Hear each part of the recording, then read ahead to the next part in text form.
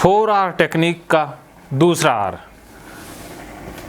4R technique. पहला are था reliable, कि जो भी ऑब्सेशन विचार मन में आ रहे हैं, ओसीडी वाले विचार, उन विचारों को नाम देना है कि ये मेरे विचार नहीं है, ओसीडी के विचार हैं, ये घुसपैठ कर रहे हैं। जैसे घुसपैठिए देश के अंदर घुसते हैं, वैसे ही माइंड के अंदर ओसीडी वाले विचार भी घुसपैठ करते हैं। तो उन घुसपैठिए विचारों से डरने की ज़रूरत नहीं है, भागने की ज़रूरत नहीं है। बस उनको इतना कह देना कि ये घुसपैठिए विचार ओसीडी के विचार हैं, मेरे विचार नहीं है, तो वो अपने आप शांत होने लग जाएंगे। अब दूसरा आर इस ओसीडी के खात्मे में अहम भूमिका निभाता है कि जैसे ही आपके मन में विचार आते हैं, गंदगी वाले विचार आते हैं, या भगवान से संबंधित या बीमारी से संबंधित कोई भी विचार आपके मन में आता है, आप उसे कह देते हो कि it's not me, it's my OCD. तभी आपके मन में एक विचार ज़रूर आया होगा कि ये विचार मुझे ही क्यों आते हैं। जैसे बहुत से कमेंट आते हैं और पूछे भी जाते हैं सवाल कि हमें ही ओसीडी क्यों हुई, आखिर मेरे अंदर क्या गड़बड़ी है, मुझे ही ओसीडी क्यों हुई। अब दूसरे आर में उसका जवाब है कि आपको ही ओसीडी क्यों हुई, आपको ही ये विचार क्यों आते हैं। जैसे 10-20 लोग और बैठे हैं, उनमें किसी को भी ये गंदगी वाले विचार परेशान नहीं करेंगे या उनको आएंगे ही नहीं, या कोई और बंदा है उसे भगवान वाला विचार परेशान नहीं करेगा, किसी को HIV परेशान नहीं करती। कुत्ते गलियों में घूमते हैं, लाखों लोग उनसे टकराते भी हैं, लेकिन उनको तो रेबीज की चिंता नहीं सताती। आपको ही क्यों सता रही है, आपको ही ये वहम ऑब्सेशन बार बार क्यों आ रहे हैं। इस क्यों का जवाब इस दूसरे स्टेप के अंदर है, दूसरे आर में है।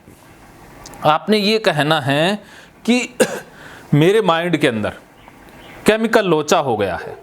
जैसे मेडिकल साइंस में पढ़ाया जाता है, या जो साइकेट्रिक डॉक्टर हैं वो कहते भी हैं, आप दवाई लेने जाते हो तो आपको कहते हैं ना कि सेरोटोनिन की कमी हो गई है, इस कारण से ये विचार आ रहे हैं।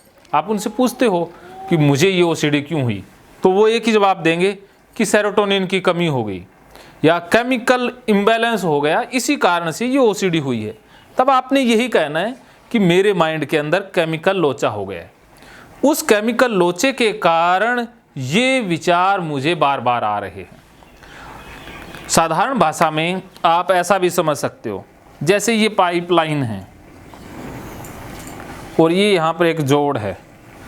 अब क्या है कि पाइपलाइन से पानी जा रहा है, ये जोड़ थोड़ा लीक है, तो यहाँ से पानी बूंद बूंद करके रिसने लग जाता है। तो उसी प्रकार हमारे माइंड के अंदर भी लीकेज हो गई है, तो उससे ये खतरे वाले विचार, ये भगवान से संबंधित, गंदगी से संबंधित विचार टपक रहे हैं, ये माइंड में आ रहे हैं। इसलिए आ रहे हैं क्योंकि माइंड के अंदर केमिकल लोचा हो गया है, और जो माइंड के अंदर जो सेंसर है वो ओवर एक्टिव हो गया है। जो पिछले आर में समझा था ना, जो सेंसर होता है, जैसे हम किसी एयरपोर्ट पे जाते हैं या रेलवे स्टेशन पर, तो एक मशीन होती है, वो सेंस करती है कि आपके पास कोई हथियार तो नहीं है, कोई ऐसी तेज़ धार चीज़ तो नहीं है जिससे आप नुकसान पहुंचा पाओ। तो वो सेंसर डिटेक्ट कर लेता है, मेटल को डिटेक्ट करता है। उसी प्रकार आपके माइंड का जो सेंसर है वो ख़राब हो गया है, इस कारण से वो गंदगी को ज़्यादा सेंस करने लग गया है। ये गंदगी है नहीं, लेकिन वो सेंस कर लेता है कि गंदगी है। जैसे वो मशीन अगर ख़राब हो जाए और टू टू हर एक बार ही बजने लग जाए, तो वो तो घबरा जाएंगे ना सिक्योरिटी वाले, या तो मशीन को बदलेंगे या फिर सबको ही पकड़ पकड़ के अंदर डाल देंगे कि इसके पास भी कुछ है, कुछ निकलता कुछ भी ना हो, फिर उनको लगेगा कि मशीन में गड़बड़ है।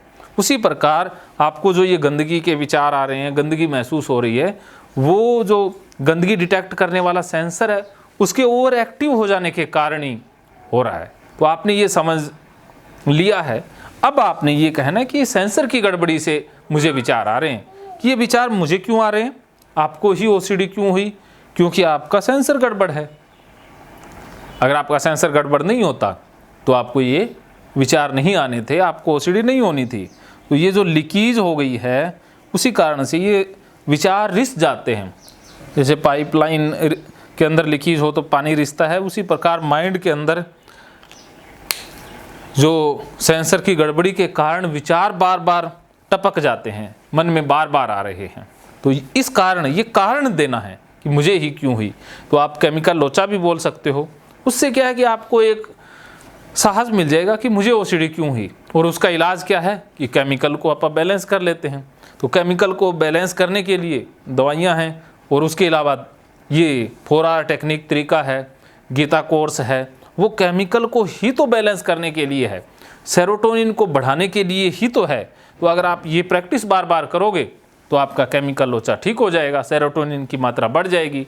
सेरोटोनिन की मात्रा बढ़ाने के लिए ज़रूरी नहीं है कि दवाइयाँ ही लें, आप एक्सरसाइज करें, अपने रूटीन को बदल लें तो भी सेरोटोनिन बदल जाएगा। तो केमिकल जो इम्बैलेंस हुआ है वो सामान्य हो जाएगा।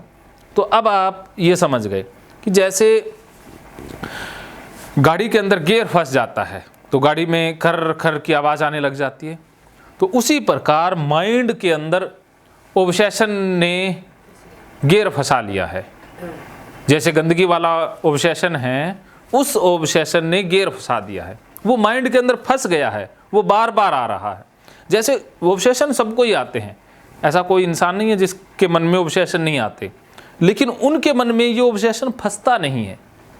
उनको एक बार जैसे टॉयलेट कोई बंदा जा रहा है, सामान्य एकदम ठीक बंदा है, वो गली में जा रहा है और उसके पैर के नीचे टॉयलेट आ गई। अब उसने देखा अरे टॉयलेट लग गई, तो अब वो धोना तो वो भी चाहता है, उसके अंदर भी तो विचार आया कि गंदा हो गया, पैर गंदा हो गया, रियल में भी गंदा हो गया। अब वो क्या चाहता है कि मैं धो लूँ। अब पानी देखता है इधर उधर, पानी नहीं है, अब पानी नहीं है तो फिर वो क्या करता है, घास है उस पर ही ऐसे ऐसे रगड़ लेता है, पूरा रगड़ के, और सोचता है कि चलो पानी आगे मिलेगा, आगे धो लेंगे, और वो चलता जाता है। अब क्या कि चलते चलते वो भूल ही जाता है। अब उसका ध्यान अपने काम के ऊपर लग गया, कोई मीटिंग उसने देनी है या मीटिंग अटेंड करनी है या कुछ और करना है। अब वो भूल जाएगा कि पैर पे गंदगी लगी है क्या, वो आगे बढ़ जाएगा और वहाँ पर मीटिंग भी अटेंड करेगा, सब कुछ कर लेगा। अब उसे याद ही नहीं है, शाम को जूता पहन के घर आ जाएगा। अब शाम को एकदम से उसे याद आ सकता है, अरे अरे गंदगी लगी थी, तब वो देखेगा कि अरे साफ़ हो गई, तो वो छोड़ देगा कि अब कुछ है ही नहीं। तो सामान्य इंसान ऐसे करेगा। लेकिन ओसीडी वाले क्या हैं, जिनके अंदर एक बार ऑब्सेशन आ जाए तो वो निकलता ही नहीं है, वो तो कुंडली मार के बैठ जाता है, फंस ही जाता है। तो उस ऑब्सेशन को निकालने के लिए फिर कंपल्शन करना पड़ता है। जब तक आप कंपल्शन नहीं करोगे ऑब्सेशन निकलता ही नहीं है, वो तो वापस चला जाएगा। हाँ, वो तो वापस चला जाएगा, वो मीटिंग छोड़ देगा, सारा कुछ छोड़ देगा, पहले तो साफ करके आएगा। हाँ, पहले पानी या गंदगी, उसके मन से गंदगी निकलेगी नहीं, मन में गंदगी फंस जाएगी। तो ये ऑब्सेशन फंस गया है, मन के अंदर ऑब्सेशन फंस जाता है। जैसे कुछ भी कर लो, कहीं भी, जैसे ओसीडी वाले कहते हैं कि चाहे घंटा हमें बैठाए रखो, जैसे ईआरपी इसीलिए तो फेल हो गई, क्योंकि ईआरपी में डॉक्टर क्या करता है, जैसे आपके हाथों को गंदगी से टच करवा देगा, डस्टबिन में हाथ डलवा दिए या कुछ भी, फर्श छुआ दिया, जूते छुआ दिए, और आपको कहा भी हाथ धोने नहीं है, अब धोने बिल्कुल भी नहीं है। अब आपको कह दिया कि बैठे रहो, एंग्जाइटी को मापते रहो। अब क्या है कि कुछ देर बाद एंग्जाइटी स्लो हो जाती है, लो हो जाती है। अब आप कहोगे डॉक्टर को कि हाँ डॉक्टर साहब मैं ठीक हो गया, लेकिन उनके मन से ऑब्सेशन नहीं जाता, मन में तो वो फंसा ही रहता है। उनको पता अभी भी हाथ तो गंदे ही हैं, डस्टबिन में लगाए थे, हाथ गंदे, वो भूलते ही नहीं है, याद उनको रहेगा। अब क्या होगा कि जैसे ही वो घर आएंगे, घर आते ही फिर पूरी कसर निकाल लेंगे जब उनका मन शांत होगा। तो कई बार जो काउंसलर है, डॉक्टर हैं, वो ओसीडी के इलाज में भूल ये कर देते हैं कि अभी भी समय बीत गया तो उनको लगना बंद हो गया। उनको लगना बंद नहीं होता है, वो हाथ है इतना अलग ही फील होता रहता है और वो ऑब्सेशन फंस ही जाता है। तो असली इलाज करना है वो ऑब्सेशन को निकालने का करना है कि ऑब्सेशन फंसे ना, या ऑब्सेशन को इतना डीवैल्यू कर दें कि ऑब्सेशन इम्पोर्टेंट ही ना लगे। ये असली इलाज है। ईआरपी अच्छा इलाज है, लेकिन ऑब्सेशन फंस जाता है, तब ईआरपी फेल हो जाता है। ईआरपी अच्छी टेक्निक है, उसको भी हम प्रयोग करेंगे। तो अब आप समझें कि मेरे मन में ऑब्सेशन फंस जाते हैं। क्यों फंस जाते हैं? क्योंकि मुझे ओसीडी की बीमारी है, इसलिए ऑब्सेशन फंस गए हैं। अब आप क्या करोगे, जैसे कि मुझे एंग्जाइटी कमी नहीं होती, बार बार होती रहती है। अब जैसे आपने जूते को छू लिया, घटना तो हो गई, अब आपको रीलेबल करना है। तो रीलेबल करेंगे कि मेरे को जो गंदगी महसूस हो रही है वो मेरी ओसीडी है। इससे क्या है कि ऑब्सेशन जो फंस रहा है वो निकल जाएगा, कि आपके मन में फंसेगा नहीं तो आपको लग गया कि हाथ गंदा है तो वो गंदा लगता ही रहेगा, चाहे कितना ही कुछ कर लो, 2 घंटे बाद भी लगता रहेगा। जब तक नहीं धोगे तब तक भूलोगे नहीं, लगता ही रहेगा। तो ऑब्सेशन फंसता है, तो वो ऑब्सेशन ना फंसे इसके लिए आपने रीलेबल करना है। उसको कहना कि ओसीडी का ऑब्सेशन है, ये तो मेरे माइंड में फंस जाता है और कोई दिक्कत नहीं है, और काम पे लग जाना है। तो ये ऑब्सेशन फंसने के कारण सब कुछ हो रहा है कि आपको ये बार बार गंदगी क्यों महसूस होती है, ओसीडी आपके पीछे ही क्यों पड़ती है, क्योंकि आपके मन में ऑब्सेशन फंसते हैं, और ये फंसना ही ओसीडी है। तो आप जब भी सड़क पर जाएंगे तो जैसे कुछ लोग सड़क पर जाते हैं तो ऑब्सेशन उनको भी आ जाते हैं कि कहीं कोई एक्सीडेंट ना हो गया हो, लेकिन ओसीडी जिनको होती है उनके माइंड में ये ऑब्सेशन फंस ही जाएगा। तो वो क्या करेंगे, वापस भी जाएंगे, देखेंगे, चेक करेंगे, तब वो ऑब्सेशन निकलेगा। लेकिन नॉर्मल इंसान के मन से अरे कुछ भी नहीं, एक्सीडेंट होता तो कोई आवाज़ आती, कुछ होता, तो ऐसे निकल जाता है, रीलेबल हो जाता है उनके मन में अपने आप ही। लेकिन ओसीडी वालों के मन में वो अटक जाता है, जैसे अटक गया, बस रुक गया, अब आगे नहीं बढ़ेंगे। जैसे आप वॉशरूम गए, अब आपके मन में ऑब्सेशन आ गया कि छींटा लग गया, टॉयलेट का छींटा लग गया। अब आप तो बाहर आ गए, लेकिन मन वहीं छींटे में अटका रह गया, मन में वो छींटा फंस गया। अब चाहे आप खाना बनाओगे, कुछ भी करोगे, मन में वही घूमता रहेगा, मन से आप टॉयलेट में ही, अभी भी मन वहीं रह जाता है। या पीछे किसी घटना के साथ ही चिपक गया, जैसे सुबह आपका कोई भी इवेंट हुआ, एक्टिवेटेड इवेंट हुआ, कोई भी ट्रिगर हुआ या कुछ भी हुआ, मन वहीं रह गया। आप तो आगे आ गए लेकिन मन पीछे छूट गया। तो वो होता है, वो ऑब्सेशन फंस जाता है। तो मन और शरीर एक जगह नहीं होते, या तो मन पीछे रह जाता है, शरीर आगे आ जाता है। तो मन, जैसे कोई सुबह घटना घटी, उसी में अटका पड़ा है, तो आप क्या करते हो, मन को शरीर के साथ लाने के लिए कंपल्शन करते हो, भी साथ लेके आते हैं। तो अब जो मन तो फंस गया टॉयलेट में, छींटे में फंसा हुआ है, आप कुछ भी कर रहे हो लेकिन मन तो वहीं पर फंसा हुआ है, तो आप उसको निकालने के लिए फिर हाथ धोते हो, फिर मन निकलता है। या फिर कई बार मन आगे चला जाता है कि फ्यूचर में कुछ बुरा ना हो जाए, ये ऑब्सेशन फंस गया कि एक्सीडेंट हो जाएगा, बीमारी आ जाएगी, घर वालों को मेरी वजह से नुकसान हो जाएगा, मेरी वजह से कुछ हो जाएगा। तो अब आपका मन आगे जा कर के अटक गया है, वो नुकसान में अटक गया है। अब आप उसको वापस लाने के लिए कुछ ना कुछ कंपल्सन करोगे, माफ़ी मांगोगे या कुछ ना कुछ करोगे। तो यही धरपकड़ चलती रहती है, कभी मन फ्यूचर में फंस जाता है, कभी पास्ट में फंस जाता है, फंसता रहता है। यहाँ गया तो यहीं अटक कर रह गया, यहाँ गया तो यहीं अटक कर रह गया। लेकिन जो नॉर्मल लोग होते हैं उनका मन अटकता नहीं है, वो यहाँ पर एक बार अटकेगा फिर आ जाएगा, इधर अटकेगा आ जाएगा, यहीं आसपास ही रहता है। लेकिन ओसीडी वालों का मन बहुत दूर दूर तक अटका रहता है। तो आपने यही कहना है कि मेरे अंदर ये ऑब्सेशन फंस जाते हैं, जैसे गाड़ी के अंदर गियर फंस जाते हैं, वैसे ही मेरे मन में ये ऑब्सेशन फंसते हैं, क्योंकि मेरे अंदर ये केमिकल लोचा हो गया है, मेरा जो सेंसर है वो ओवर एक्टिव हो गया है, इसलिए मेरे अंदर ये ऑब्सेशन फंस जाते हैं। बाकी कोई समस्या नहीं है। तो ये आप जब रीएट्रीब्यूट करोगे तो आप नॉर्मल हो जाओगे, तो फिर ये ऑब्सेशन फंसने कम हो जाएंगे, फिर निकल जाएंगे। तो अब आप जैसे ही कोई ERP करके आओ या कुछ भी घटना घटे, तो आपके मन में बार बार ख्याल आएगा कि हाथ गंदे हैं, छींटा पड़ा होगा, गंदगी आ जाएगी। तो आपने कहना है कि ये मेरा विचार है, और साथ के साथ रीट्रीब्यूट, ये दोनों जो आर है, इससे पहला आर रीलेबल का है, ये दोनों एक साथ करने हैं कि ये विचार मेरा नहीं है, मेरी ओसीडी का है, और मुझे ये बार बार इसलिए आ रहा है क्योंकि मेरे मन में ये फंस गया है, हाँ केमिकल लोचा हो गया है, और मुझे ओसीडी के कारण ये विचार बार बार आ रहा है, क्योंकि मेरे अंदर जो ऑब्सेशन है वो अटक जाता है, पास नहीं होता है। तो ये दोनों स्टेप आपने एक साथ इस्तेमाल करने हैं, फिर आपकी ओसीडी ठीक होने लग जाएगी। तो इससे संबंधित आप कुछ कहना चाहें, पूछना चाहें?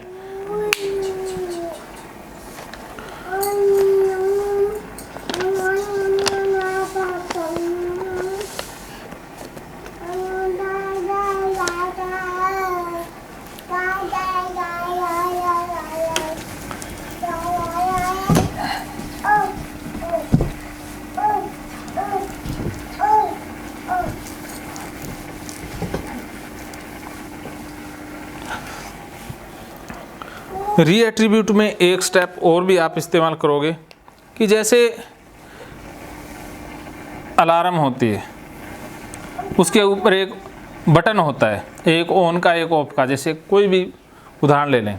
तो जैसे ही ऑन होता है तो एकदम से सायरन बजता है, फिर आप ऑफ कर देते हैं तो वो सायरन बंद हो जाता है। लेकिन ओसीडी के अंदर जो खतरे का जो सायरन है, जो संभावित खतरा हम गीता थेरेपी में जो सी वाला है, जिसमें गंदगी फैल जाने का खतरा है, कुछ बीमार हो जाने का खतरा है, कोई भी खतरा है, तो वो बटन है वो ऑन ही रह जाता है, वो ऑफ ही नहीं होता। बाकी लोगों में ऑफ हो जाता है। जैसे कोई भी चिंता फ्यूचर की है कि फेल हो जाएंगे, वो एक बार पकड़ती है, फिर लगता है चलो कोई नहीं, दोबारा से काम करते हैं, हो जाएगा सब कुछ। तो ये बटन है वो खतरे वाला ऑफ हो जाता है। लेकिन ओसीडी वालों में वो ऑन ही रहता है, वो ऑफ होता ही नहीं है। हाँ, वो बजता ही रहता है, बार बार वो ऑब्सेशन चलता ही रहता है। उसको ऑफ करने के लिए कुछ ना कुछ करना पड़ता है, कोई कंपल्सन या कुछ भी हो सकता है। तो ये अपने आप ऑफ नहीं होता है, ये करना पड़ता है। तो ये करना पड़ता है, यही तो बीमारी है। तो आपने ये कहना है कि भाई मेरे अंदर ना ये जो बटन है ना ऑन ही रहता है, ये बार बार मुझे एंग्जाइटी हो रही है, बार बार विचार आ रहे हैं, क्योंकि मेरा जो खतरे वाला बटन है वो ऑन पोजीशन में है, वो ऑन ही चल रहा है। ये ड्रामा चल रहा है, ओसीडी ने ये ड्रामा छेड़ रखा है, क्योंकि वो ऑन ही है तो वो बजता रहेगा ना। जैसे रेडियो के अंदर गाने वाला बटन है वो ऑन ही रख दें तो वो बजते ही रहेंगे, जब हम ऑफ करेंगे तब रुकेंगे। लेकिन ओसीडी में जो खतरे वाला बटन है वो ऑन ही रहता है, वो ऑफ नहीं होता। तो आप ये कहेंगे कि मुझे उस बटन को ऑफ कुछ सफाई करके या कोई कंपल्सन करके नहीं करना है, वो अपने आप हो जाएगा। बस मैंने देखना है कि कितनी देर तक चलेगा, ये कितनी देर तक विचार मेरे मन में बजते रहेंगे, अलार्म बजाएंगे, मैंने देखना है। बस मैं देख रही हूँ, बस आपने यही करना है। जितने दिन तक बजना है, जितने समय तक बजना है, बजते रहें। सेल वीक हो जाएंगे किसी दिन। हाँ, सेल वीक होंगे, अपने आप होंगे। जब आप इसे सेल वीक करने का नाम है डी वैल्यू करना, कि भाई जितना मर्जी बज ले, मैंने तो कुछ करना नहीं है, तू है नकली विचार, तू है ही झूठा विचार, जो होगा सो देखा जाएगा। तो आपने इसके सेल वीक कर दिए तो ये धीरे धीरे बजना कम हो जाएगा और बंद भी हो जाएगा। तो आपने पहले क्या करते थे, डूइंग करके कम करते थे, अब आपने डी वैल्यू करके कम कर दिया। तो इस तरह से हम कम करेंगे। तो अब हम 2 स्टेप को पूरा समझ गए कि ये सारा खेल ओसीडी ने रचाया है। ये ऑन पोजीशन के कारण विचार आ रहे हैं, केमिकल लोचे के कारण आ रहे हैं, और मेरे मन की जो स्पीड स्लो है, जैसे हम डाटा और टाइम स्पेस में, वो टाइम एंड स्पेस का जो सिद्धांत है उसमें अगर स्पीड स्लो तो समय बहुत लंबा होगा ना, तो लंबा होगा तो उसमें ओवर थिंकिंग भी होगी, विचार भी आएंगे।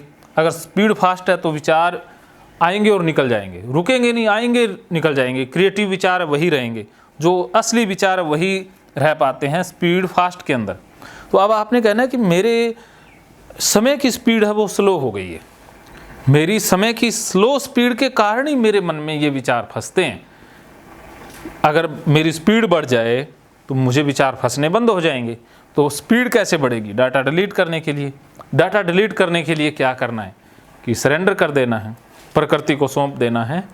मैं करता नहीं हूँ, करने वाली प्रकृति है। और ये सारे तो हमने टाइम एंड स्पेस में समझ ही लिए जो स्टेप हैं, या गीता थेरेपी में पूरे स्टेप हैं। तो आप ये वीडियो बार बार देखोगे तो आपकी स्पीड फास्ट हो जाएगी, गीता वाले और टाइम स्पेस वाले। तो इससे स्पीड जैसे ही फास्ट होगी तो जो अटकाव है विचारों का, आपके मन में जो विचार फंस जाते हैं वो फंसेंगे नहीं, फिर विचार आएंगे चले जाएंगे। नॉर्मल लोगों के अंदर जैसे आते हैं निकल जाते हैं, आते हैं निकल जाते हैं। जैसे जो ऑन पोजीशन है कभी होगी फिर ऑफ हो जाएगी फिर ऑन, ऐसे सब में होता है। तो आपके अंदर भी फिर ऐसे ही होने लग जाएगा, कभी ऑन फिर अपने आप ऑफ। हाँ, अपने आप होने लग जाएगा, आपको करना नहीं पड़ेगा। वरना डूइंग करके हमें ऑफ करना पड़ता है, और वो कुछ देर के लिए ऑफ होता है, फिर ऑफ हो जाता है, हाँ ऑन हो जाता है, फिर करते हैं फिर हो जाता है। तो यही ओसीडी की बीमारी है कि ऑन ऑफ अपने आप, हाँ टेम्परेरी हम करते हैं डूइंग से, लेकिन फिर से वो ऑन पोजीशन में आ जाता है। लेकिन बाकी लोगों में वो अपने आप ही ऑफ हो जाता है। फिर कोई घटना घटती है तो कुछ देर के लिए वो ऑन होता है फिर ऑफ हो जाता है। ये सामान्य है। ओसीडी में वो ऑन ही रहता है, वो अपना जो फन है वो उठा ही रखता है, गिराता ही नहीं है। तो ये आप कहानी समझ गए। तो ये 2 स्टेप आपने एक साथ अप्लाई करने हैं। तो इन 2 स्टेप में कोई सवाल आपका? ठीक है, मनीष है?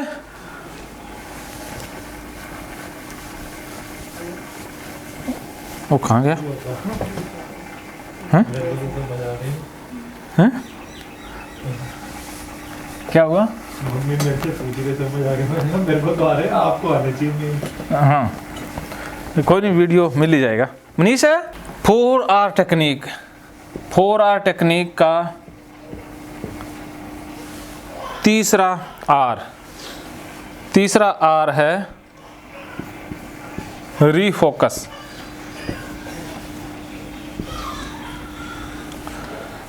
अभी तक हमने 2 R समझ लिए। पहला था रिलेबल, दूसरा था रीएट्रीब्यूट। पहले स्टेप में कि जो विचार आ रहे हैं वो मेरे नहीं है, मेरी ओसीडी के विचार हैं। और दूसरे स्टेप में कि मुझे ये विचार इसलिए आ रहे हैं क्योंकि केमिकल लोचा हो गया है, गियर फंस गया है, या मेरी स्पीड स्लो हो गई है और मेरे अंदर ऑब्सेशन फंस जाते हैं, इसलिए मुझे ये बार बार ऐसे विचार आते रहते हैं। तो ये समझ गए। अब कि ये विचार आपको ना सताएं या विचार आपके अंदर से निकल जाएं, क्योंकि जब तक आप इनको नहीं निकालते हो, विचारों को नहीं आप रिमूव करते हो, तब तक एंजाइटी बनी रहती है। और जो आप करते हो निकालने के लिए वो है डूइंग, और डूइंग से समस्या बढ़ जाती है।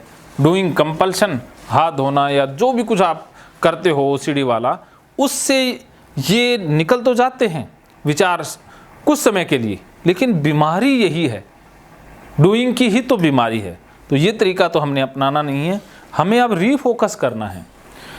ओसीडी में फोकस हो जाता है, विचार ऑब्सेशन वहम है वो फोकस में आ जाते हैं। जैसे कैमरा फोकस करता है तो वो फोकस एक बार सेट कर ले तो वही चीज़ें दिखाता रहता है, उसी प्रकार ओसीडी में फोकस हो जाता है। जैसे कुछ लोगों का फोकस गंदगी पर हो जाता है तो वो गंदगी को ढूंढ ही लेंगे। जैसे एक महिला आई थी तो वो थूक से डरती थी कि उसके पैर के नीचे थूक ना आ जाए, थूक आ गया तो भाई पैर गंदा हो जाएगा और धोना पड़ेगा। तो ये थूक उसके लिए ट्रिगर था। तो अब वो चले तो पहले थूक देखे, इधर उधर की कहीं थूक तो नहीं है, गाड़ी से नीचे उतरे तो पहले नीचे थूक देखे।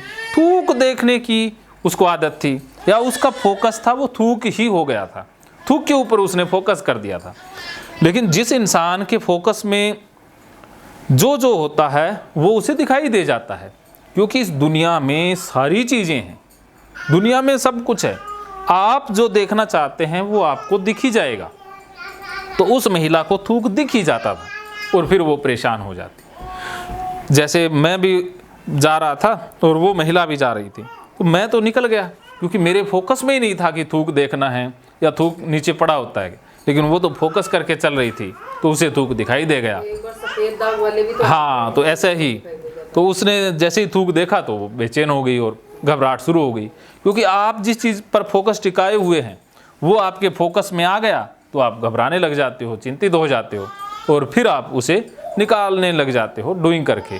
लेकिन गड़बड़ तो आपके फोकस में है कि आपने फोकस ही गलत जगह पर कर दिया है। जैसे जिसको सफ़ेद दाग से डर लगता है वो लाखों की भीड़ में भी सफ़ेद दाग वाले को ढूंढ लेगा, आपको और मुझे तो पता ही नहीं चलेगा कि इसे कोई बीमारी है क्या, क्योंकि हमारा फोकस ही नहीं है, हमारा फोकस कहीं और है। जैसे चोर चोरी करता है तो वो फोकस से ही करता है ना, अब उसका फोकस कहाँ होता है कि जहाँ पर रुपए हैं वहीं पर उसका फोकस है। जैसे आपका घर है, आपके घर में हो सकता है कि आपको पता ना हो कि मैंने कहाँ कहाँ पैसे रखे हुए हैं, कहाँ किस जगह पर है, कई बार हम भूल जाते हैं ना, वो फोकस हट गया है। लेकिन चोर का फोकस क्लियर होता है कि वो संदूक के पास जाएगा, अलमारी के पास, उसके फोकस में पैसा है कि यहाँ हो सकता है, वो उसी चीज़ पर जाकर अटैक करेगा क्योंकि उसके फोकस में, बाकी चीज़ों को नहीं छेड़ेगा ना। तो उसके फोकस में आ गया ना, उसको पैसे ही पैसे दिखाई दे रहे हैं। जैसे जो पुलिस है वो चोर को पकड़ लेती है क्योंकि उसे पता होता है कि चोर का बिहेवियर क्या होता है, क्योंकि उसके फोकस में है। तो हमें नहीं पता चलता क्योंकि हमारा फोकस दूसरी जगह पर है। तो हमें फोकस पर काम करना है कि आपका फोकस है वो गलत हो गया है, आपका फोकस गंदगी पर हो गया है या टॉयलेट पर हो गया है या छींटे पर हो गया है, तो आपको वो चीज़ें दिखाई दे जाएंगी। अब जो नॉर्मल बंदा है वो टॉयलेट जाता है, छींटे गिरते भी होंगे तो भी उसके फोकस में नहीं है, उसे पता ही नहीं, याद ही नहीं है कि छींटे गिरते हैं या नहीं गिरते। वो अपनी धुन में गया आ गया, उसको याद ही नहीं है, पता ही नहीं है कि छींटे भी कोई देखने वाली चीज़ है क्या, कि छींटा कहीं गिरा, वहाँ गंदगी फैली, घर गंदा हो जाएगा। वो इन चीज़ों के बारे में सोचता ही नहीं है क्योंकि उसके फोकस में ही नहीं है। लेकिन ओसीडी वालों का तो फोकस छींटे पर ही है, पहले ही देखेंगे कि छींटा है तो नहीं, और वो बार बार ऑब्जर्व करेंगे, माइन्यूटली देखेंगे, बारीकी से ऑब्जर्व करेंगे कि छींटा आया तो नहीं, छींटा आया तो नहीं, और वो आ भी जाता है। क्योंकि जिस चीज़ से आप भागोगे, जिस चीज़ पर फोकस करोगे वो चीज़ हो ही जाएगी। वो तो ये तो है वो। हाँ, तो छींटा पड़ ही जाएगा क्योंकि छींटे नॉर्मल है। पानी इधर भी उड़ेगा, आप हाथ धोगे तब भी छींटे उड़ेंगे, टॉयलेट करोगे तब भी उड़ेंगे, पेशाब करोगे तब भी उड़ेंगे, हज़ारों छींटे तो उड़ते ही रहते हैं। लेकिन बाकी लोगों के फोकस में ही नहीं है तो उनको कोई पता ही नहीं चलता भी छींटा भी कोई चीज़ होती है क्या। लेकिन आपका तो फोकस ही छींटे के ऊपर है, तो आपको छींटा ही दिखाई देगा, और छींटा दिखाई देते ही आप कहोगे कि अरे रे, ये छींटे तो मेरे ही पीछे पड़े हुए हैं, मेरे ऊपर तो पक्का गिरते हैं, बाकियों पर पता नहीं गिरते हैं। पहले ओसीडी और परेशान। हाँ, तो हमारा फोकस गड़बड़ है ना, कि हम फोकस कर बैठे हैं। जैसे आपका फोकस गंदगी पर है कि कपड़े गंदे ना रह जाएं, गंदे ना भी हों तो भी आप कहीं ना कहीं ढूंढ ही लोगे, या जिसको ओसीडी नहीं है गंदे हो भी जाएं तब उसके फोकस में नहीं है, उसको दिखाई भी नहीं देंगे। लेकिन आपको छोटी सी चीज़ भी दिखाई दे जाएगी, भी आपको एक डॉट भी दिखाई दे जाएगी ना कि यहाँ गंदगी है, कि आपका फोकस है, ढूंढ रहे हो आप ढूंढते रहते हो गंदगी को कि कहाँ गंदगी है, कहाँ पर गड़बड़ी है, आप ढूंढ उसी चीज़ को रहे होते हो। तो जैसे जिनको रेबीज से डर लगता है वो कुत्तों को ही ढूंढ रहे होते हैं, गली में जाएंगे उनको कुत्ते कुत्ते दिखाई देंगे, कुत्ते उन्हीं के पीछे पड़ेंगे, बाकी लोगों के पास से निकल जाए कुत्ता या टच भी हो जाए पैंट के, कोई फर्क ही नहीं पड़ता, भूल ही जाते हैं, याद ही नहीं है कि टच हुआ क्या। लेकिन उनका फोकस ही कुत्ते पर होता है, तो कुत्ता कहाँ निकला, कैसा था, क्या किया, वो सारा उनको याद रहता है। तो जिनको HIV से रिलेटेड डर की बीमारी होती है उनका फोकस लाल चीज़ों पर, ब्लड पर, या जो भी उनका ऑब्जेक्ट है उसके ऊपर फोकस हो जाता है। जिनका भगवान से रिलेटेड जो OCD है, रिलीजियस OCD, तो मंदिर कहाँ है, कौन सा भगवान है, कौन सी मूर्ति है, उनका फोकस वही है। तो मंदिर, गली में, चौराहे पर कितने मंदिर आए उनको पता लग जाता है, बाकी लोगों को पता ही नहीं चलता। तो ये फोकस की गड़बड़ी है। तो आपने यही देखना है कि मेरा फोकस है ना वो गलत जगह पर रिप्लेस हो गया है या गलत जगह पर लग गया है, तो मैंने अब फोकस को चेंज करना है, वो रीफोकस करना है। समझ गए? अब आप फोकस को समझ गए ना कि आपका फोकस कहाँ पर है। ओसीडी गलत जगह, हाँ, गलत जगह पर फोकस लगा दिया। आप ढूंढते रहते हो गंदगी को सोफे पर, या जैसे सोफे पर चीज़ें भी गिरती हैं, सब कुछ गिरता है इस दुनिया में, सारी चीज़ें हैं, लेकिन आपका फोकस जिस चीज़ के ऊपर है वो चीज़ आपके लिए ज़्यादा दिखाई देने लग जाएगी। जैसे ये इतनी सारी चीज़ें हैं, इसमें ये एक बीमारी है, ये एक गंदगी है, ये एक पोटी है, शूशू है, ये भगवान हैं, जो भी हैं बहुत सारी चीज़ें, ये सफलता भी है और ये पैसा है, ये सारी चीज़ें हैं इस दुनिया में, पत्थर। तो आपके फोकस में जो चीज़ है, जैसे ये गंदगी का एक बिंदु है, ऐसे बिंदु हज़ारों लाखों हैं, तो आपका ये टॉयलेट वाला जो बिंदु है इसके ऊपर फोकस है, तो ये आपके लिए बड़ा हो जाएगा, ये आपके लिए बड़ा हो जाएगा, ये सामने आ जाएगा और ये बैकग्राउंड में चले जाएंगे। अब आपके ये फोकस में आ गया, सामने आ गया, तो यही दिखाई देगा, ये दिखाई देने लग जाएगा सब जगह, यहाँ पर भी। तो बाकी चीज़ें आप इग्नोर ही कर दोगे, बाकी चीज़ें होंगी तो भी वो दिखाई नहीं देंगी। अगर किसी के जैसे सफलता फोकस में आ गया तो ये बाकी चीज़ें उसकी पीछे चली जाती हैं, या किसी के लिए कुत्ता है वो फोकस में आ गया तो बाकी चीज़ें पीछे चली जाएगी, कुत्ता आगे आ जाएगा। तो आप सोचो कि आपके फ्रंट में क्या है, आपके जीवन में प्रायोरिटी किसकी है, प्राथमिकता आपने किसको दे दी है। अगर गंदगी को प्राथमिकता दे दी है तो सारी चीज़ें पीछे चली जाएगी। बीमारी से डर को, या HIV, रेबीज जो भी है उसको प्रायोरिटी दे दी, हार्ट अटैक को, तो वो चीज़ें आपको दिखाई देने लग जाएगी। अखबार पढ़ोगे तो हार्ट अटैक की न्यूज़ पता लग जाएगी, टीवी पर वो सारी चीज़ें वही आएंगी। तो आपने प्रायोरिटी किस चीज़ को दे दी है, तो वो फोकस दे दिया आपने। तो फोकस से ही बंदा महान बनता है। तो आइंस्टीन ने फोकस अपने एक्सपेरिमेंट को दिया, जिस बंदे ने जिसके ऊपर फोकस किया वही दुनिया में उससे दिखाई देता है, वही उसकी दुनिया बन जाती है। तो ओसीडी वालों की दुनिया यही गंदगी कंपल्सन बन जाती है, क्योंकि फोकस हमारा उसी चीज़ पर सेट हो गया है या फ्रंट में वो चीज़ आ गई है। तो अब इसको फ्रंट से हटाना है, इसको रीफोकस करना है। इसको फ्रंट से कैसे हटाना है, इसके लिए हमने कोई भी क्रिएटिव काम करना है। क्रिएटिव काम, ज़िंदगी में फ्री नहीं रहना, क्योंकि खाली दिमाग शैतान का घर। मतलब प्राकृतिक कार्य। हाँ, खाली दिमाग शैतान का घर, कि अगर आप बेले रहोगे तो ये ओसीडी वाले जो ऑब्सेशन है, वह में वही आपके फोकस में आएंगे, प्रायोरिटी में आएंगे। अगर आपकी ज़िंदगी में कुछ और प्रायोरिटी आ जाती है, या आपने कोई समाज सेवा करनी है, कुछ करना है, स्ट्रॉन्ग डिज़ायर है कुछ करने की, कुछ बिजनेस की या कुछ भी, तो ये जो गंदगी वाला जो डिब्बा है या बिंदु है वो पीछे चली जाएगी, अपने आप ही आपके फोकस से हट जाएगी, वो फोकस में और चीज़ आ जाएगी। क्योंकि एक समय में फोकस में एक ही चीज़ रह सकती है। अगर कुछ भी नहीं है करने को तो चलो हाथ ही धोते रहते हैं। अब कोई बड़ी चीज़ हो करने के लिए आपके जीवन में, मान लीजिए कि आपने कुछ भी करना है, जो आपका इंटरेस्ट है, जो आपकी हॉबी है, रुचि है, कुछ भी बहुत बड़ी चीज़ है और आपको लगता है कि ये मैंने करनी है, तो ये हाथ धोने वाली चीज़ें अपने आप ही पीछे हो जाएंगी। आप अपने आप ही टाइम कम करने लग जाओगे, क्योंकि आपका फोकस अब दूसरी चीज़ पे हो जाएगा कि मुझे ऑफिस जाना है भाई मुझे। आपके जाने में वो आ गया ना, तो आप छींटे गिरे, कहाँ क्या हुआ वो भूलने लग जाओगे। जाना फोकस में हो गया ना। जैसे आपको कहीं जैसे घूमने जाना है, जहाँ पर आपको बहुत मन है, ऐसा नहीं है धक्के से जाना है, जैसे कोई शादी में या पार्टी में, फंक्शन में, तो आप वहाँ पर फोकस कर दिया, तो आप बताइए ओसीडी वाली चीज़ें कम हो जाएंगी ना। हाँ, तो वो फोकस हट गया ना वहाँ से। अब पार्टी है ही नहीं, कुछ भी नहीं है, तो यही फोकस में आ जाता है।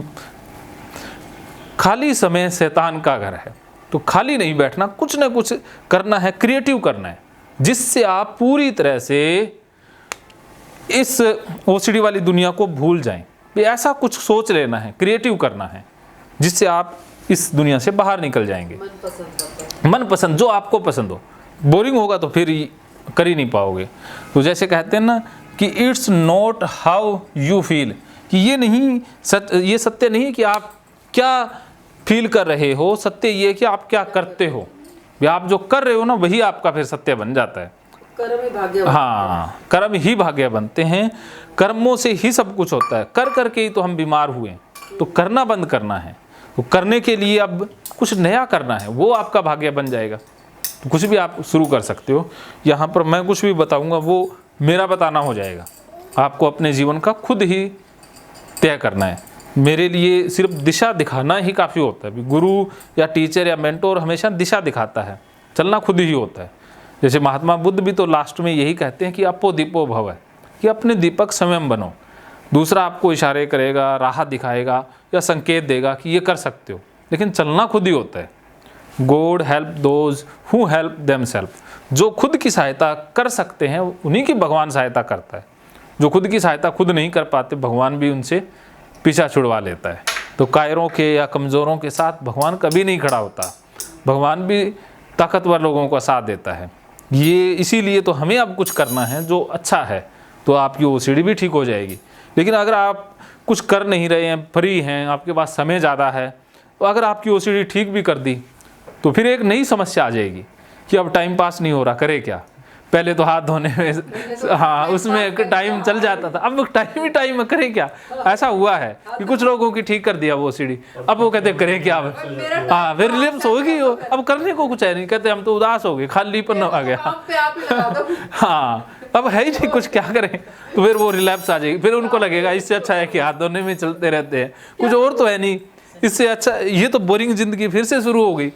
इससे तो ओसीडी में ठीक थे कि कुछ पता नहीं तो नहीं था। जल्दी जो 2 घंटे टॉयलेट में लगाते थे, 5 मिनट 10 मिनट, हाँ, फिर बाद में करें क्या। तो इसीलिए ये ओसीडी इसीलिए ठीक नहीं होती कि उनके पास फिर नया कुछ करने को नहीं है ना, क्योंकि ओसीडी में कुछ तो चाहिए ना करने को, एक आदमी को चाहिए कुछ ना कुछ करने को। जैसे आपने वो कहानी सुनी है ना जिन वाली, कि एक बार कोई राजा ने चिराग घिसा, तो चिराग घिसते ही वो अल्लाह दिन का जो चिराग है वो प्रकट हो गया, जिन प्रकट हो गया। अल्लाह दिन ऐसी कहानी आपने सुनी होगी।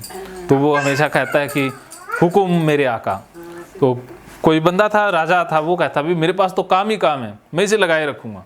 लेकिन उसको एक वरदान था कि अगर आपने इसे काम दिया या इसको करवाते रहे तो ठीक है, अगर आपने इसे फ्री बिठा दिया तो ये आपको ही खा जाएगा। भी आप इस जिन को फ्री नहीं छोड़ सकते, काम पर तो लगाए रखना होगा, फिर तो ये आपके लिए वरदान है, नहीं तो ये आपको ही खा जाएगा, अभिशाप बन जाएगा। तो वो राजा कहता मेरे पास तो काम है, हज़ारों लाखों हैं, मैं तो लगाए रखूँगा। कहता ठीक है। तो उसने काम दे दिया भी, कहते भी महल बना दो। तो जिन के लिए क्या मुश्किल था, उसने कुछ ही मिनटों में महल बना दिया। तो राजा ने कहा बड़ा स्पीड से काम करता है। तो कहता अब ये कर दो, सारे काम उसको बताता गया, वो निपटाता गया। तो 1-2 दिन में सारे काम ही खत्म हो गया। अब राजा बताए क्या, अब राजा परेशान हो गया कि मैं बताऊं क्या, ये तो जल्दी से ख़त्म कर देता है। तो राजा फिर भागा और उस संत के पास गया कि मुझे बचाओ, नहीं तो ये मुझे ही खा जाएगा। तो संत ने कहा कि उसे एक ऐसा काम दे दो कि जो कभी ख़त्म ही ना हो। तो उसको संत कहते कि इसे ये कह दो भी खंबे पर उतरता रहे चढ़ता रहे, उतरता रहे चढ़ता रहे, उतरता चढ़ता रहे, तो ये काम ख़त्म ही नहीं होगा। तो ऐसा ही मन है, मन को आप खाली नहीं छोड़ सकते, वरना ये बीमारियों में उलझा ही रहेगा। तो जैसे महात्मा बुद्ध ने ये उतरना चढ़ना इस्तेमाल किया था सांसों पर फोकस करने को, कि तुम्हारे पास कुछ काम करने को नहीं है तो तुम आते जाते सांसों को ही देखते रहो, ये ख़त्म होने वाले नहीं है तो तुम फ्री बैठने वाले नहीं हो। तो ये तुम्हारे लिए सही काम है कि सांसों को ही देखते रहो, आ रहे हैं जा रहे हैं, आ रहे हैं जा रहे हैं, तो इस पर ध्यान लगा दो। तो ये विपश्यना बन गई। तो इसी तरह से हमने अगर मन को खाली छोड़ दिया तो मन फिर हमें बर्बाद कर देगा।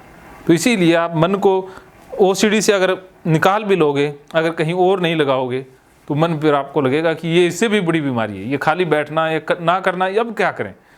तो फिर आप ओसीडी वापस आ जाती है। इसी कारण से बहुत से लोग दोबारा रिलैप्स होते हैं कि वो नया कुछ नहीं स्टार्ट कर पाते हैं। ओसीडी जैसे जैसे कम होती है वैसे वैसे कुछ नया करना होता है। तो अब सोच लो भी क्या करना है, रीफोकस करना होगा। हाँ, और टेम्परेरी रीफोकस। तो टेम्परेरी रीफोकस करने के लिए एक टेक्निक अब और इस्तेमाल करेंगे कि जैसे कोई भी घटना घट गई, जैसे आपके साथ कोई एक्सपोजर हो गया, कोई गंदा छींटा पड़ गया या टॉयलेट भी लग गई, कुछ भी लग गया, रियल में घटना घट गई। अब उसके बाद क्या होगा, एंजाइटी होगी, घबराहट होगी।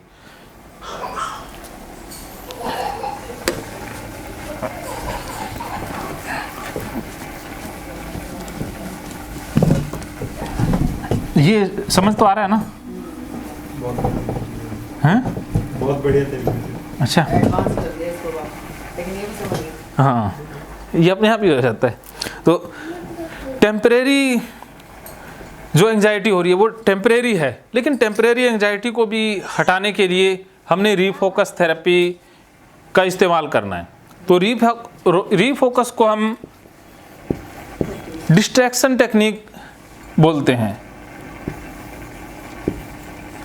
कि मन को डिस्ट्रैक्ट कर देना है, कुछ देर के लिए मन को दूसरी जगह पर लगा देना है।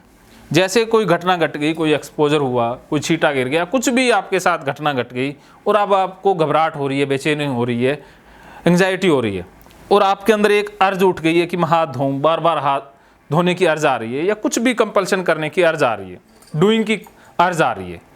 तो अब आप क्या करोगे ऐसे मौके पर एंजाइटी शांत करने के लिए? तो अब आप 13 मिनट के लिए मन को किसी दूसरे काम में लगा दोगे, ऐसे किसी काम में डूब जाओगे 13 मिनट के लिए जिसमें आप पूरी तरह से भूल ही जाओ। जैसे अब देखिए कि आपको अब घबराहट हो रही है, बहुत तेज़ घबराहट हो रही है, कोई जैसे छिपकली आपके ऊपर गिर गई है, छिपकली का उदाहरण ले लेते हैं कि आपको बहुत घबराहट हो रही है, तेज़ घबराहट हो रही है। अब आपको लगता है कि मैं गंदी हो गई, अब तो नहा लूँ, बस नहाने की इच्छा हो रही है, बहुत घबराहट। अब आपको लग रहा है कि जब तक मैं नहाऊंगी नहीं तब तक तो घबराहट जाएगी नहीं। तो अब आपने 13 मिनट के लिए मन को कहीं और लगा देना है। अब कैसे लगाना है, जैसे एक उदाहरण से समझिए कि अब आपको एकदम से पता लग जाए कि ना भूकंप आ गया है और आप मरने वाले हैं और भागते नीचे। तो अब आप भाग रहे हो, नीचे भाग रहे हो, और नीचे गए और आराम से रिलैक्स हुए।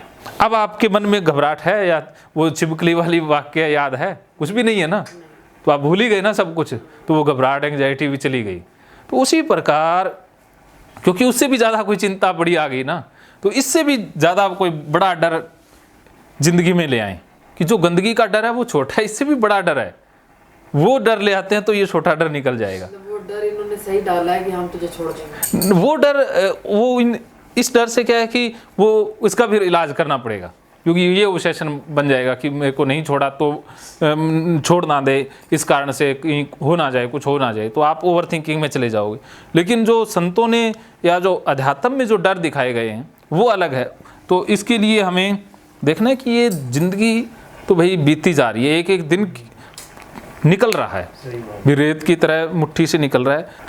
तो बिना आनंद के, खुशी के 1 घंटा भी हमने बिता दिया तो हमने वेस्ट कर दिया, तो हमने हाथ धोने में। तो इससे क्या है कि ये जो गंदगी का डर है वो छोटा पड़ता जाएगा और आपको लगेगा कि कुछ करना है, कुछ बड़ा करना है, तो आपके लिए वो काम कर जाएगा। तो इसलिए कुछ ऐसा क्रिएटिव सा डर पाल लो, जो अच्छे वाला डर, कि कुछ तो यही होगा ना, लाइफ ही खत्म हो रही है। हाँ, लाइफ भी खत्म ही हो रही है, सब कुछ। तो ये आप कर सकते हो। इसके साथ साथ जैसे डिस्ट्रैक्शन टेक्निक में जब भी एंग्जाइटी हो रही है, कोई घटना घट गई, हाथ धोना नहीं है, अब आपने 13 मिनट के लिए जैसे योगा कर लेते हैं, बाहर सैर करने चले जाते हैं, जैसे नहाना, ओसीडी वाला नहाना नहीं, दूसरा नहाना नहा लेते हैं। जैसे घबराहट हो रही है, क्योंकि जैसे ही आप नहाते हैं तो एंग्जाइटी उससे निकल जाएगी। अगर आपको नहाने की बीमारी है, गंदगी का कारण नहाते हो, तो फिर ये नहाने वाली डिस्ट्रैक्शन टेक्निक इस्तेमाल नहीं करोगे, इसकी जगह और कर सकते हो। इसके लिए आप 13 मिनट के लिए म्यूजिक भी सुन सकते हो, जो इमोशनली आपको पसंद है, जिसमें आप डूब ही जाते हो, खो ही जाते हो। उस म्यूजिक को सुनते हुए आपने गुनगुनाना भी है और डांस भी करना है। अगर 13 मिनट ये कर लेते हो तो जो एंग्जाइटी घबराहट है वो भी चली जाएगी। इसकी जगह आप अगर किताब पढ़ सकते हो, या कुछ भी जो शरीर और मन दोनों से ऐसा काम करना है जिसमें आप भूल ही जाओ, डूब ही जाओ। या किसी से आप फ़ोन पे बात कर लेते हो सीरियस मुद्दे पर, या किसी गंभीर मुद्दे पर किसी से 13 मिनट के लिए बात करते हो, जिसमें पूरा मन एक्टिव हो जाए, पूरी मन की शक्तियाँ ही उसमें लग जाए, ध्यान से सुनना या बताना या कुछ भी, जिसमें और कोई चीज़ बचे ही ना, वो सुनना ही रह जाए, तो भी आपकी एंग्जाइटी घबराहट दूर हो सकती है।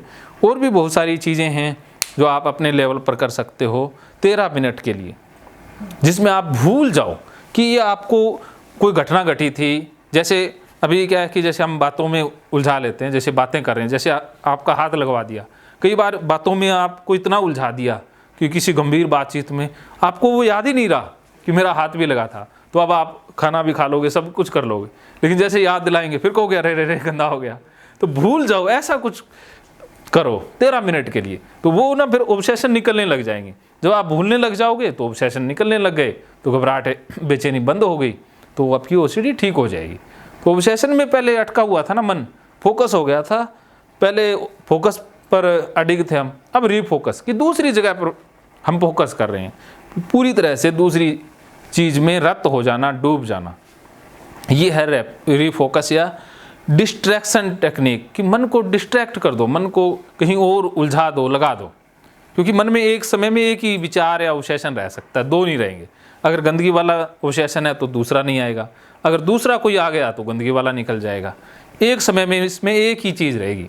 जैसे कुछ लोग हंसने लग जाते हैं, कोई हंसी मजाक वाली फिल्म देख लेते हैं या कोई कॉमेडी सा चुटकुला सुन लेते हैं तो हंसने लग गए, तो जो घबराहट की जो फीलिंग थी, भाव था या चिंता थी या डर की जो फीलिंग थी वो निकल जाती है, फिर हंसने का आ जाता है। तो एक समय में एक ही इमोशन मन में रह सकता है, तो उल्टा इमोशन, आप उल्टे इमोशन वाला काम करें। अगर आप उदास हैं, परेशान हैं, तो हंसने वाला करें, या कोई भी सीरियस जिसमें डूब जाएं, ये आपने करना है। ये अपने लेवल पर ही आपने डिस्ट्रैक्शन टेक्निक इस्तेमाल करनी है, क्योंकि आपके जीवन से संबंधित आप ज़्यादा जानते हो कि आप किन चीज़ों में ज़्यादा डिस्ट्रैक्ट हो जाते हो। तो ये रीफोकस है। तो अभी हम समझेंगे चौथा स्टेप, जिसे हम कहते हैं रीवैल्यू। मनीष सो गया है।